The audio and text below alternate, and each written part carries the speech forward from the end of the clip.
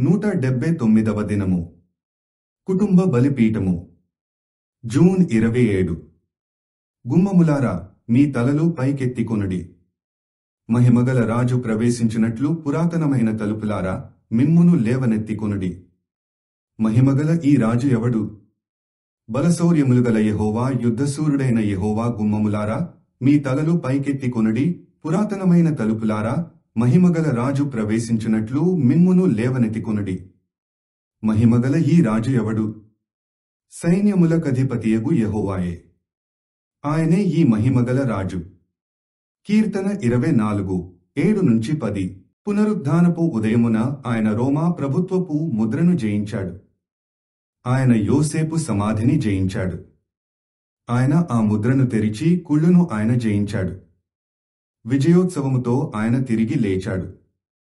అక్కడ ఆయన మధ్యాకాశంలో తన శిష్యులతో, పాత నిబంధనలోని పరిశుద్ధులతో చంద్రుడిని దాటి, నక్షత్రములను దాటి, కెరూబులను సెరాపులను దాటి వెళ్ళుచున్నాడు. కొంత సమయమునకు వారికి ఎదురుగా ఆ పట్టణము కనిపించినది. అక్కడ ఏమి జరిగినదని మీరు తలస్తున్నారు? అక్కడ ఏమి జరిగినదో బైబిల్లో చూద్దాము. నేను దావీదు ప్రవచనమును ఎత్తి చెప్పుచున్నాను. ఆ పాత నిబంధన పరిశుద్ధులు ఆ పట్టణమును చూసినప్పుడు మరియు యేసు వారి నాయకుడిగా వారు కవాతు చేయిచూ వెళ్ళుచున్నారు. ఆ పాత నిబంధన పరిశుద్ధులు, గుమ్మములారా, మీ తలలు పైకెత్తికొనుడి. మహిమగల రాజు ప్రవేశించినట్లు పురాతనమైన తలుపులారా, మిమ్మును లేవనెత్తికొనుడి అని బిగ్గరగా అరిచారు. మరియు దేవదూతలు అందరూ ఆ భవనము మీద కూడుకున్నారు. మీకు తెలుసా, నీరో ఒక పట్టణమును జయించినప్పుడు ప్రజలు సొమ్మసిల్లిపోయి, అతడు దేవుడు అని కేకలు వేశారు అని వారు చెప్తారు. అడాల్ఫ్ హిట్లరు ఫ్రాన్స్లోనికి వెళ్ళినప్పుడు అతడు విజయోత్సవపు చిహ్నం దగ్గర నిలబడ్డాడు. ఆకాశం అంతా విమానములతో కొన్ని గంటలు చీకటి కమ్మినది. సైనికులు అతడి ముందు కవాతు చేశారు. రష్యా జర్మనీని జయించిన తర్వాత స్టాలిన్ జర్మనీ వచ్చినప్పుడు అతడు కొన్ని గంటలు నిలబడి ఉండగా వేలాది మంది రష్యా సైనికులు అతడికి గౌరవ వందనం చేశారు.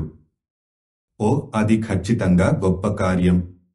నేను ఈ మధ్య కాలంలో ఒక సైనికుడితో మాట్లాడినాను.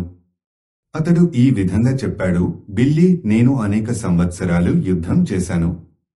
4 సంవత్సరముల యుద్ధం తర్వాత మా ఓడలు న్యూయార్కు పట్టణం చేరాయి. నేను అక్కడ యుద్ధ రంగములో చూసినది అంతా నరకం మరియు మరణము.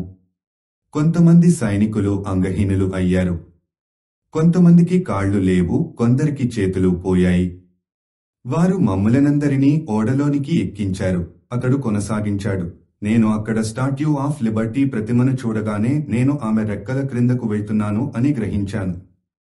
దాని వెనుక నాకు ప్రియమైనదంతా యున్నది. నా తల్లి, నా తండ్రి, నా భార్య, నా పిల్లలు. సైనికులు ఓడలో ఏడ్చారు.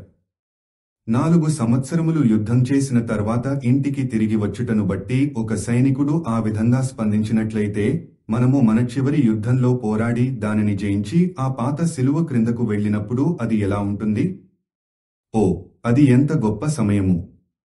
వారు తిరిగి కేకలు వేశారు, ఈ మహిమగల రాజు ఎవరు? మరియు పాత నిబంధన పరిశుద్ధులు తిరిగి అరిచారు, బలశౌర్యములు గల యెహోవా, యుద్ధశూరుడైన యెహోవా. ఆ లేఖనములు మీకు తెలుసు. బహుశా ఆ గొప్ప దూత గాబ్రియేలు ఆ మీట నొక్కి ఉండవచ్చును. ఆ గొప్ప తలుపులు తెరుచుకున్నాయి. ఆ శిలువ పతాకముతో యేసు మరియు పాత నిబంధన పరిశుద్ధులు లోపలికి ప్రవేశించారు. ఆ యెరూషలేము వీధులలో వారు దూతలతో కలిసి పాటలు పాడుచూ బిగ్గరగా కేరింతలు కొట్టుచూ వెళ్లారు. ఎలాంటి స్వాగతం! నేరుగా ధవళ సింహాసనం దగ్గరికి వెళ్లారు. మరియు ఆయన చెప్పాడు, తండ్రి, నిన్ను విశ్వసించిన వారు వీరే. నేను సమాధిని, మరణమును, పాతాళమును జయించియున్నాను. మరియు తండ్రి, నా కుమారుడా, నీ శత్రువులను నీకు పాదపీఠముగా చేయి వరకు ఇక్కడ కూర్చొనుము అని చెప్పుటను నేను విన్నాను. అప్పుడు యేసు పరలోకపు దేవుని కుడిపార్శ్వమున ఆసీనుడయ్యాడు. ఈ రాత్రి ఆయన అక్కడ నిలువబడి ఉన్నాడు. బలవంతుడైన విజేత. మార్చి 29, 1958